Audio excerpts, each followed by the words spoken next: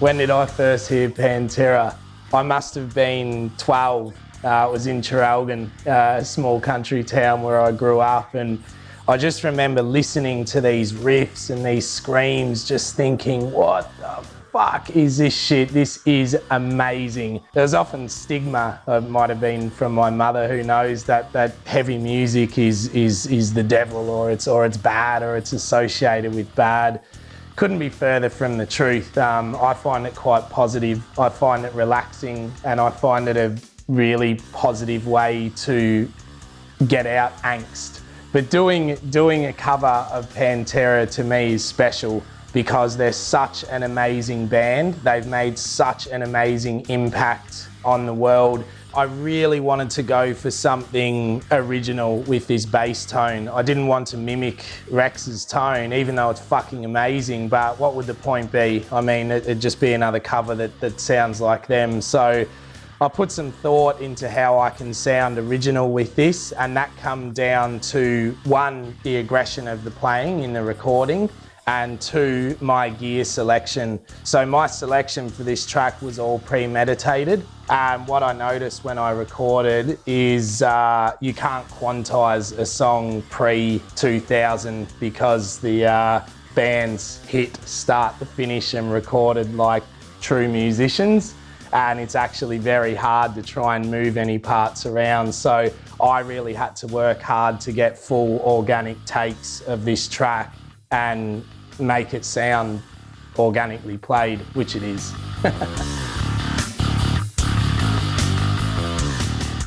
My first approach to recording this was choosing the bass. I really wanted an active tone, so I've gone with my custom Warwick Corvette for this because it just sounds fucking awesome. It's a heavy truck. I designed this bass quite simple. They do make a lot of Corvettes with 2 pickups. For me, it was just unnecessary. I think one is fucking great. It sounds awesome. So yeah, MEC pickup, MEC preamp. Nothing else has been altered on it except a brass nut. It had an adjuster nut, but I find it just vibrated a little bit with recording. So I got my friend Richard, who's an amazing luthier, to make me a nut. It's full West African Avankul wood, so it's dark, fat and heavy, and it just sounds great. And you can see the body wood is identical to the neck wood, has a tiger stripe ebony fingerboard, which all add to a nice dark, fat, rich sound. One of my go-to pieces of equipment, I'd say I've used on 90% of my recordings, is this Avalon U5 DI. It's very clear and clean. It's a good, true representation of the bass. But what's awesome about it is it has a tone selection if you want that. And I'll always use either 3 or 4. 3 is a little bit mid-scooped, and 4, it's just a little bit of a different EQ with some stronger mids that are present. You don't need to use a tone, you can have it as a direct through, but I like to do that, and it differs between 3 and 4 depending on what bass I use. Naturally, the Warwicks will have a bit of a stronger midsection, so sometimes with the Corvette I like to use the 3rd selection to scoop the mids a little bit. Quite an integral part of my sound.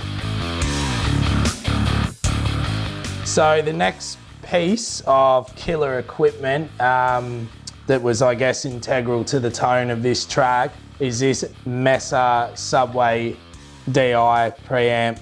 Mesa bass gear has, in my opinion, a distinct tone. It's just clear. There's something crystal clear, especially in the high and upper mid region. So I got this to mimic that Mesa sound. There's something amazing about the clarity. This is the second part of the process. We're coming out of the Avalon for the nice mid-scoop clean sound, and we're going straight into this direct out for the basic tone of a Mesa amp, without the trouble of course, having to mic up a cab if you don't have the means to do that.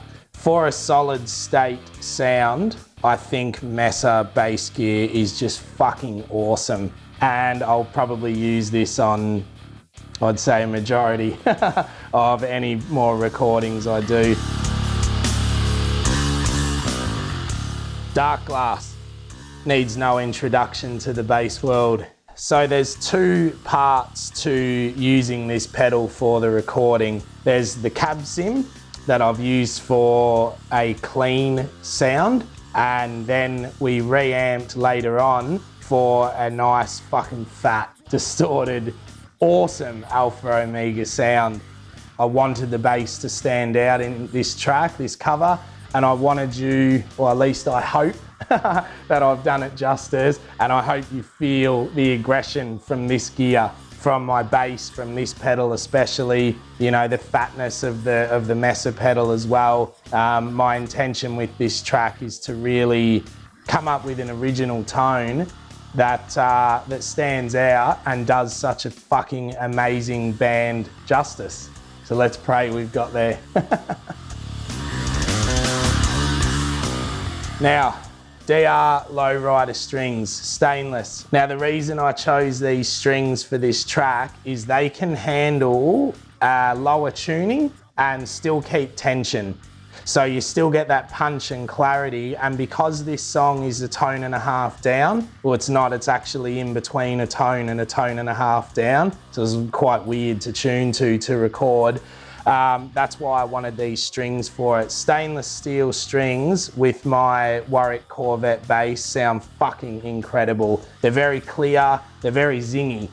They're amazing for slap, obviously this song's not slap, but using a humbucking pickup through Darkglass gear as well as the Mesa and Avalon gear in this particular setup, I think these strings have been perfect for that choice.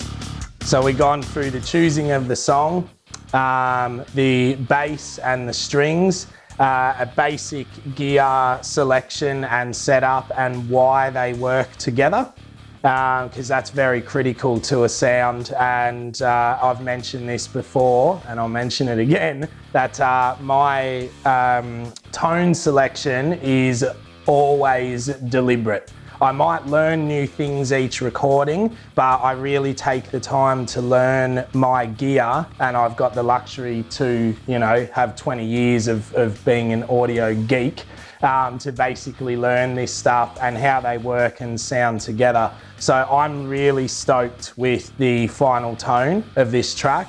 I fucking love it. I think Dylan, the sound engineer, has done really well. I think Tim has done an awesome job on the guitar, and I hope to fuck you guys like it as much as we have creating it.